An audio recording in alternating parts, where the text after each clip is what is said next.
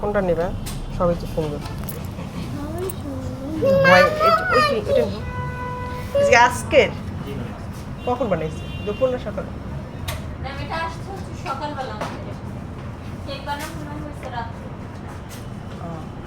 মানে কালকে পর্যন্ত খাওয়া যাবে?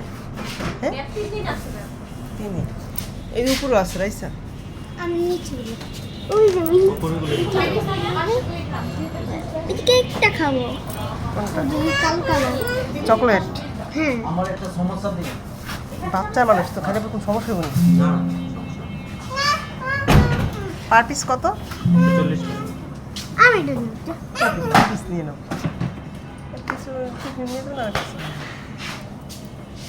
3 পিস ছিল।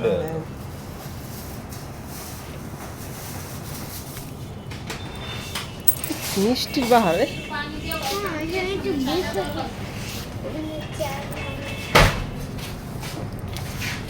কালো জাম রাইস আর কালো মিষ্টি